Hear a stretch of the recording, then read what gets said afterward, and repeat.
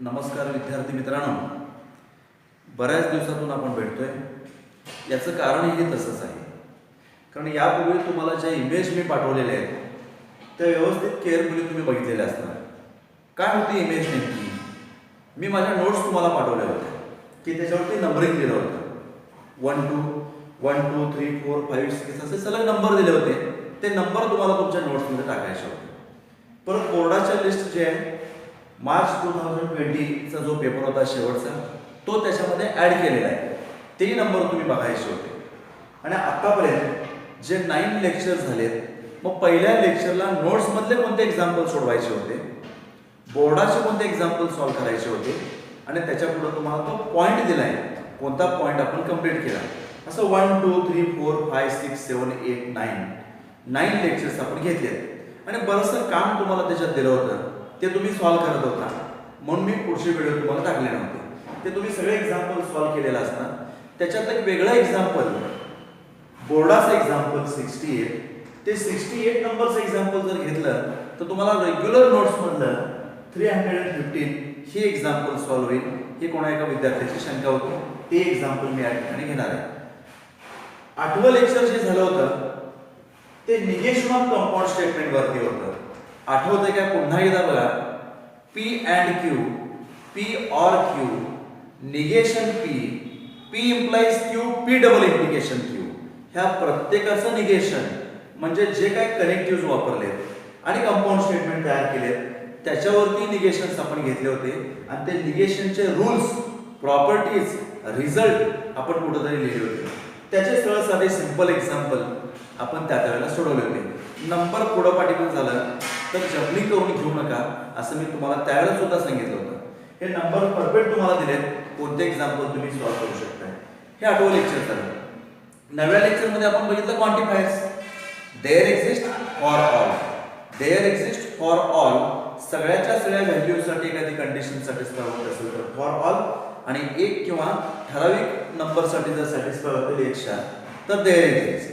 For some हे example आपण 9th लेक्चरमध्ये बघितलं. 8व्या लेक्चरमध्ये 419 to 432 हे रेग्युलर नोट्सचे एक्झाम्पल, 72 to 77 आणि 100 हे बोर्डाचे एक्झाम्पल. तुमच्याजवळ लिस्ट आहे, ती इमेज तुम्हाला मी पाठवलेली आहे. 9th नंबरच्या लेक्चरमध्ये आपण 349 to 385 हे एक्झाम्पल नोट्समधले कंप्लीट करायचे होते आणि 93 नंबरचं एक्झाम्पल बोर्डाचं आपण सॉल्व्ह करायचं होतं. ते होतं क्वांटिफायर्स. आता 8 नंबर आणि 9 नंबर याचं कंबाईन केले, कॉम्बिनेशन केलं एकत्र आणि रिव्हिजन टाईपचं मी लेक्चर घेतोय, रिव्हिजन घेतोय दोन्हीचं, negation of compound statement and quantifiers, आणि हे एकत्र केले. एक्झाम्पल नंबर 386 418 इथपर्यंत एक्झाम्पल तुम्ही सॉल्व्ह करू शकताय. 94 95 96 हे बोर्डाचे एक्झाम्पल तुम्हाला सॉल्व्ह करता येतील. एवढे एक्झाम्पल आपल्याला या ठिकाणी बघायचे आहे. यापूर्वी जे काही निगेशन्स आपण कंपाऊंड स्टेटमेंटसाठी वापरले याचे रूल्स तुम्हालाही माहिती असतील. जाता जाता मी थोडक्यात पुन्हा एकदा सांगतो.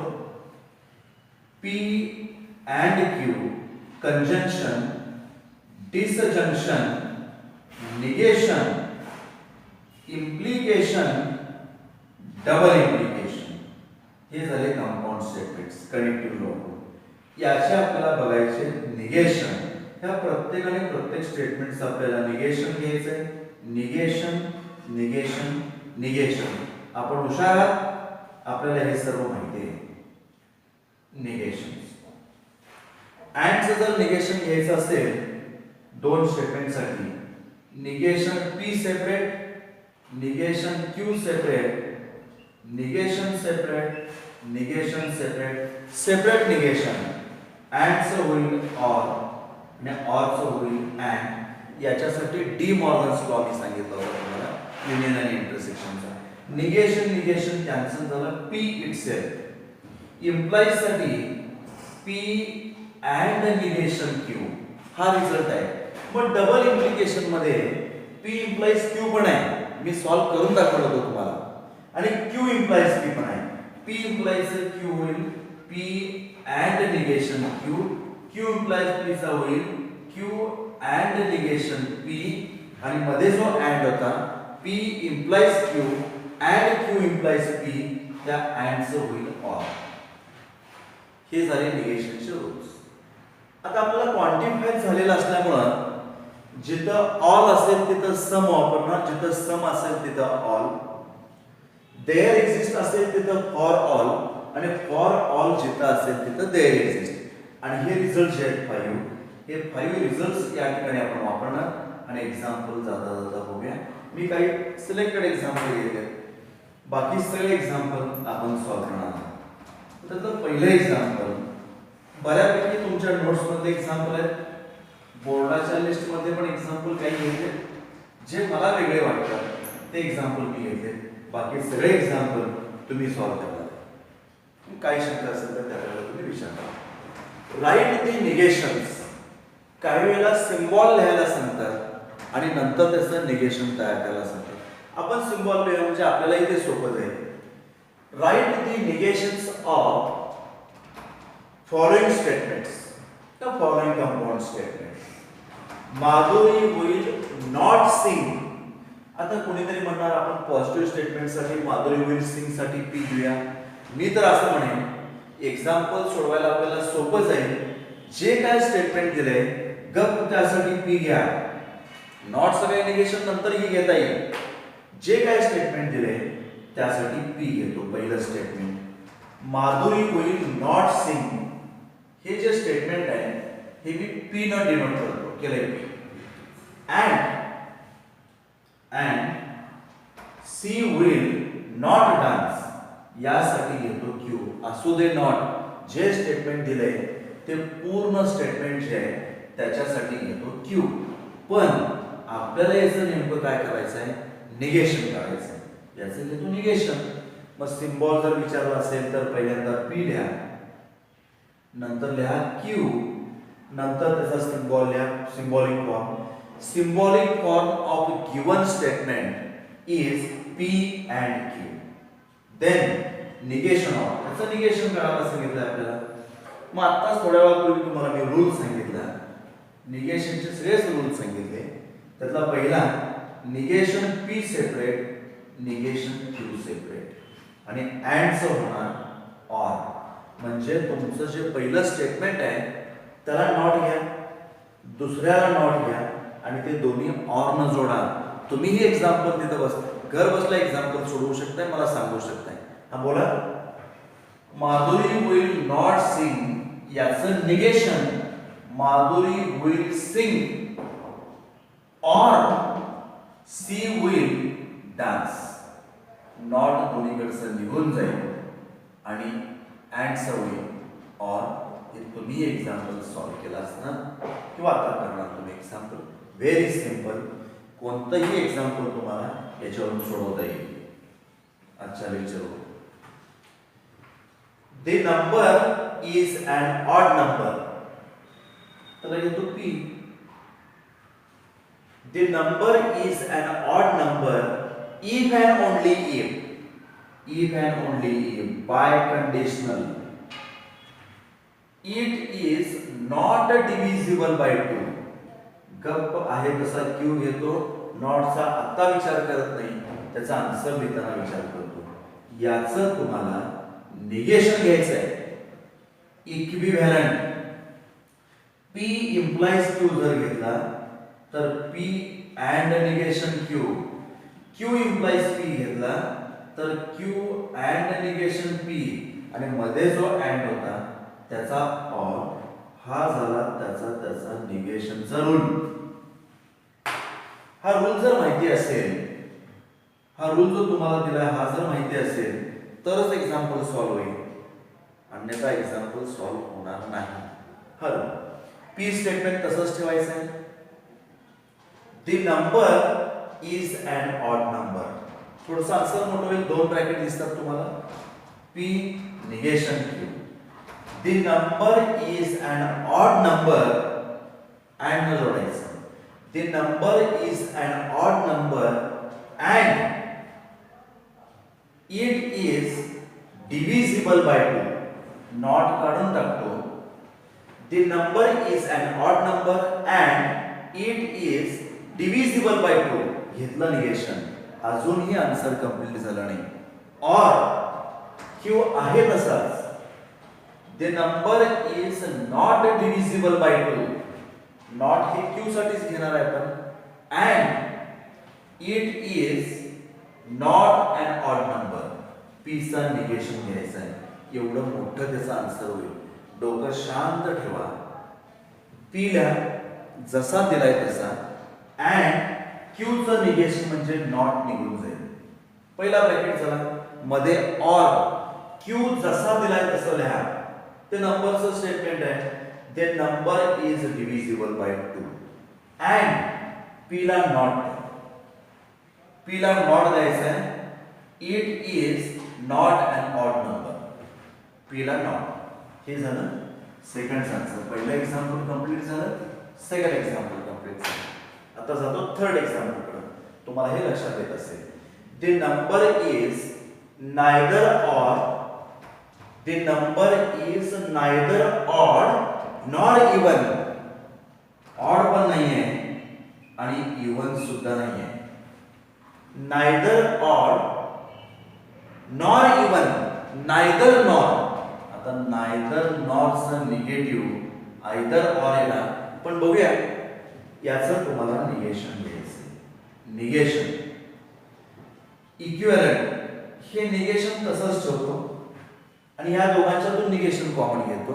नसेल तर निगेशन पुन्हा सेपरेट घेऊन पण सॉल्व्ह करता येते. निगेशन p वेगळा, निगेशन q वेगळा. Negation of negation p, negation of negation q and चा होणार or. आणि मी तुम्हाला मगाशीच बोललो p or q, either or, p or q. म्हणजे याचा आन्सर असं होईल. तुम्हाला स्टेटमेंट दिलं होतं की number is neither odd nor even. त्याचं निगेशन असं होईल p or q म्हणजेच either or. the number is either odd or even. the number is either odd or even. हे त्याचं झालं आन्सर. थर्ड एक्झाम्पल या ठिकाणी कंप्लीट झालं. सिम्पलेस्ट फॉर्म मध्ये लिहिलं आपण पहिल्यांदा. सिम्बॉलिक फॉर्म मध्ये लिहिलं म्हणजे आन्सर लिहायला थोडंसं आपल्याला सोपं जाईल. असे एक्झाम्पल आपल्याला या ठिकाणी सॉल्व्ह करायचे. नेक्स्ट एक्झाम्पल मला जे वेगळे वाटतात ते घेते. सम स्टुडंट्स डोंट लाईक स्टडीइंग. सम आता देअर एक्झिस्ट आणि फॉर ऑल हे क्वांटिफायर्स आपल्याला झाले. समचं होईल ऑल, समचं होणार ऑल आणि इथला नॉट निघून जाणार. बरोबर आहे का? कारण निगेशन घ्यायचं आहे. तिथं नॉट दिलंय त्या स्टेटमेंटचं निगेशन आपल्याला घ्यायला पाहिजे. स्टेटमेंटचं आन्सर असं होईल all students like studying. Not निघून गेला, समचं झालं all. Next example P statement दिलंय, मध्ये दिलाय ऑर, क्यू स्टेटमेंट दिलंय आणि त्याचं तुम्हाला निगेशन घ्यायचं आहे. कसलं एक्झाम्पल मला सोडवायला लावताय तुम्ही? ऑरचा झाला अँड. Very simple. जाता जाता तुम्ही पण सोडू शकता. पहिल्याचं निगेशन, दुसऱ्याचं निगेशन, ऑरचं अँड. पण x + 3 < 5 मध्ये ऑर दिलाय त्याचा अँड y + 5 = 9. मुद्दा मी स्टेटमेंट आहे तसं लिहिलं फक्त ऑरचा अँड. अजून पहिल्याचं निगेशन घ्यायचं आहे. लेस दॅनचं निगेशन शाण्यानो फक्त ग्रेटर दॅन होत नाही. लेस दॅन सोडून राहिलेले सगळे म्हणजे त्यात इक्वल टू पण येणार. नसेल तर नॉट लेस दॅन केलं तरी चालतंय. मग लेस दॅनचं नॉट लेस दॅन किंवा त्याच्या opposite greater than equal to. आणि इक्वल टू जिथं आहे तिथं नॉट इक्वल टू. झाला आन्सर. ऑरचा झाला अँड. हे पुढच्या एक्झाम्पलचा आन्सर. 5 नंबरचं एक्झाम्पल कंप्लीट झालं. Example number 6. फॉर ऑलचं सिम्बॉल आहे for all. For all n belongs to capital N natural नंबरचा set. For all n belongs to n ते जे स्टेटमेंट आहे त्याला घेतो p, त्याचा निगेशन. फॉर ऑलचं झालं there exist n belongs to n such that. त्याला आन्सर पाठवायचो p काय q काय घेतले मी घेतलं होतं pq याच्या अगोदर. सिंपल एक्झाम्पल आहे, तुम्हालाही कळते. फॉर ऑलचं झालं देअर एक्झिस्ट, फॉर ऑल बद्दल लिहिला there exist n belongs to n such that n plus 7 greater than 6 होणार, नॉट ग्रेटर दॅन किंवा लेस दॅन इक्वल टू. दोन्ही पैकी कोणतंही आन्सर तुम्ही लिहू शकताय. हे झालं एक्झाम्पल नंबर 6. एक्झाम्पल नंबर 7 पुन्हा आलं बघा तेच, आयदर ऑरचं होणार नायदर नॉर. आयदर ऑर म्हणजे पी किंवा क्यू, त्याचं जर निगेशन घेतला तर negation P and negation Q. P पण नाही आणि क्यू पण नाही. Neither nor, neither I will be busy nor I will help you.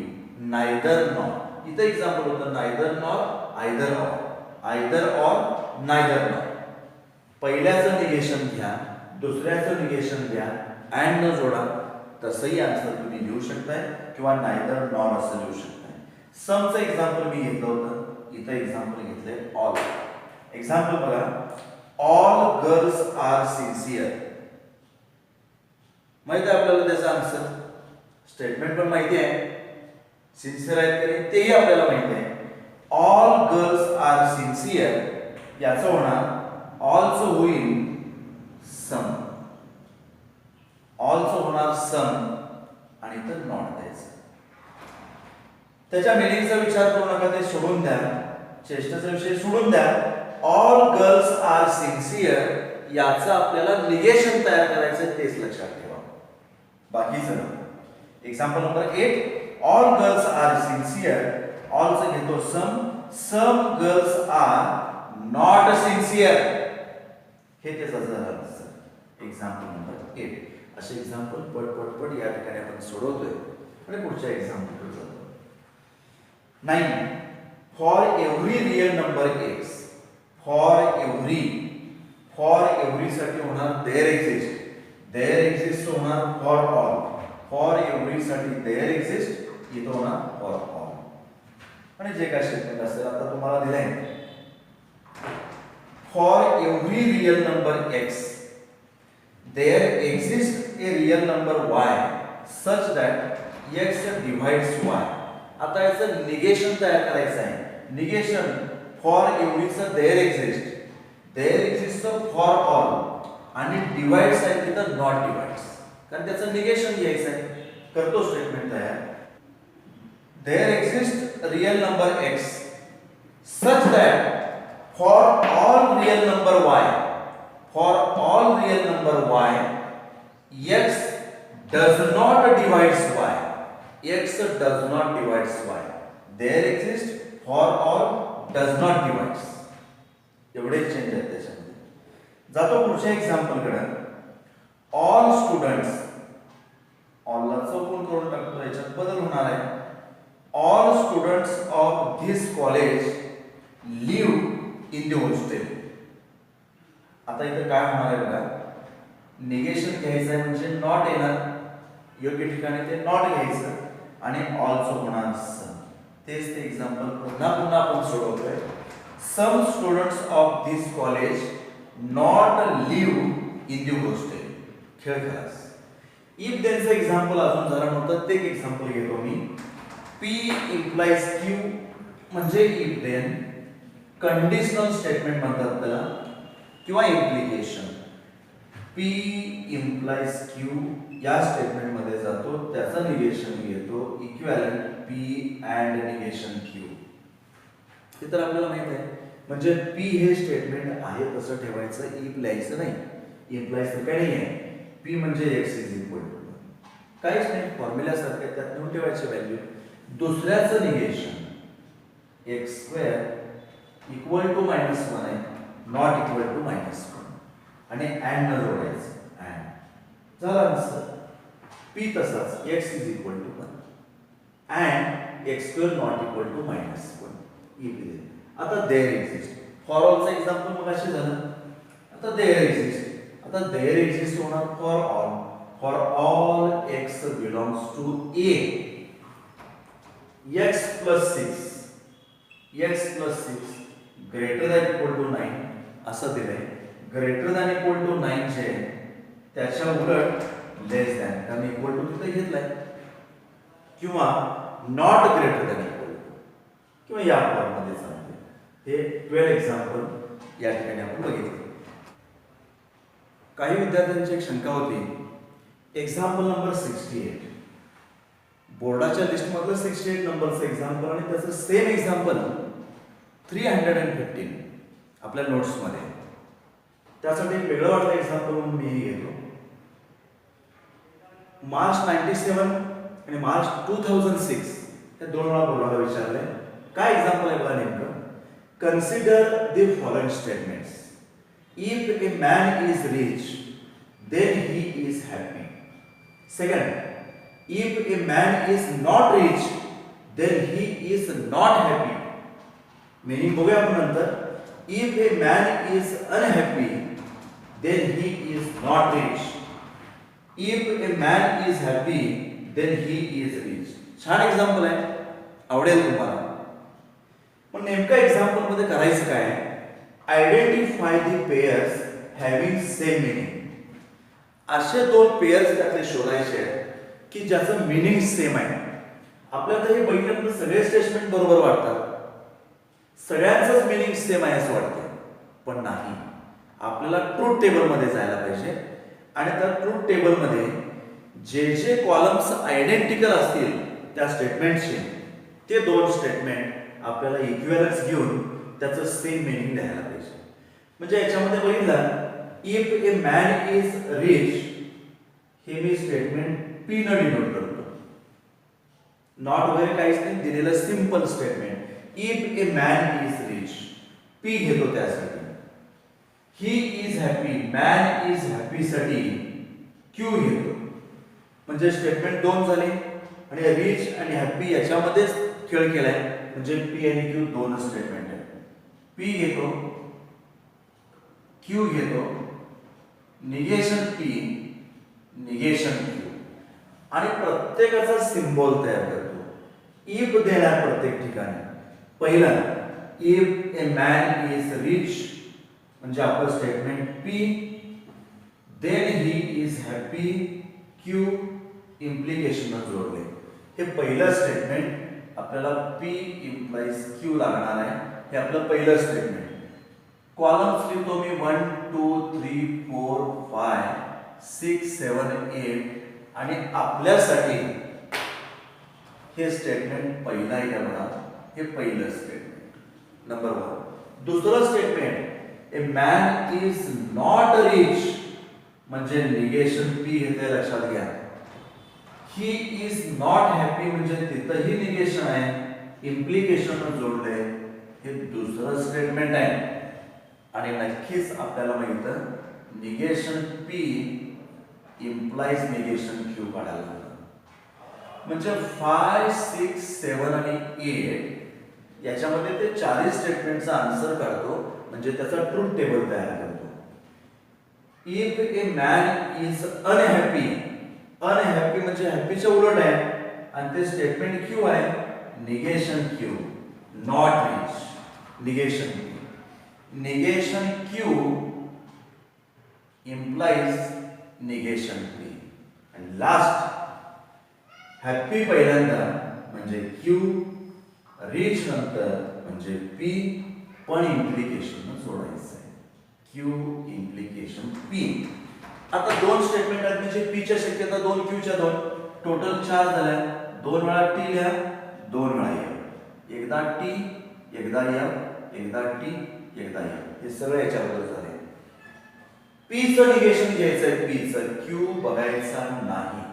यापूर्वी सांगितलंय, सगळं कळतंय, आपण हुशार. टीचा एफ, टीचा एफ, एफचा टी, एफचा टी.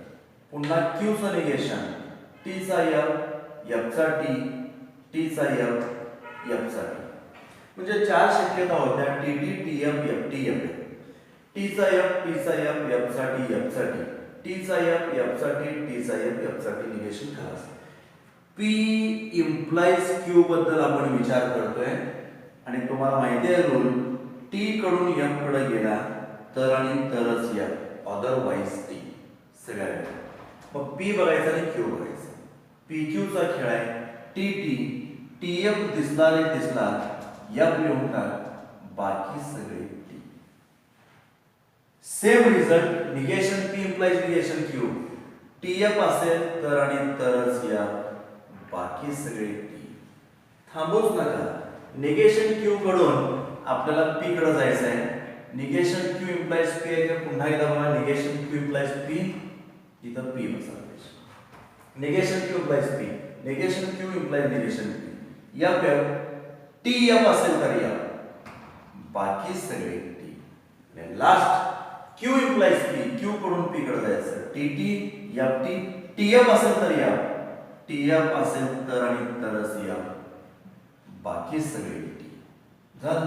आता बघायचं कोणते दोन कॉलम्स आयडेंटिकल दिसतात. बघूया कोणते दोन कॉलम्स आयडेंटिकल दिसतात. TFTT मला या ठिकाणी दिसतोय हा, आणि 7 नंबरचा 5 आणि 7, आणि हे तर स्टेटमेंट होतं आपलं थर्ड स्टेटमेंट, आणि हे 4th नंबरचं स्टेटमेंट दिलेलं आहे. छान एक्झाम्पल आहे. Columns 5 and 7 R identical.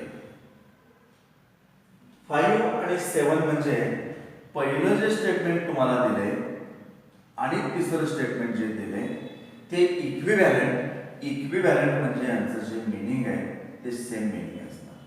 पहिलं आणि तिसरं स्टेटमेंट ए आणि सी हे इक्विव्हॅलंट झाले, त्याचं मिनिंग सेम झालं. आणि राहिलेले TTFT आणि TTFT म्हणजे सेकंड आणि फोर्थ यांचं मिनिंग सेम झालं. तर जे मला वेगळे एक्झाम्पल वाटतात ते या ठिकाणी सॉल्व्ह केले. म्हणजे तुम्ही इथंपर्यंतचा जो सिलेबस आहे क्वांटिफायर्स पर्यंत आणि निगेशन वापरून इथंपर्यंत सगळेच्या सगळे एक्झाम्पल सॉल्व्ह करायचे. याची इमेज मी तुम्हाला पाठवलेली आहे, पुन्हा बघू शकता. बोर्डाचे एक्झाम्पल कंप्लीट करा, नोट्समधले एक्झाम्पल कंप्लीट करा. जे वेगळे वाटतात ते इथं सांगितले, रिवाईज केलं पुन्हा आज परत 2 लेक्चरमध्ये जे काय झालं होतं ते, आणि टेक्स्टबुक घेतलाय तुम्ही, टेक्स्टबुक मधले सगळे एक्झाम्पल कंप्लीट करा. पुढच्या लेक्चरमध्ये आपण पुढचा पॉईंट घेणार आहे. धन्यवाद.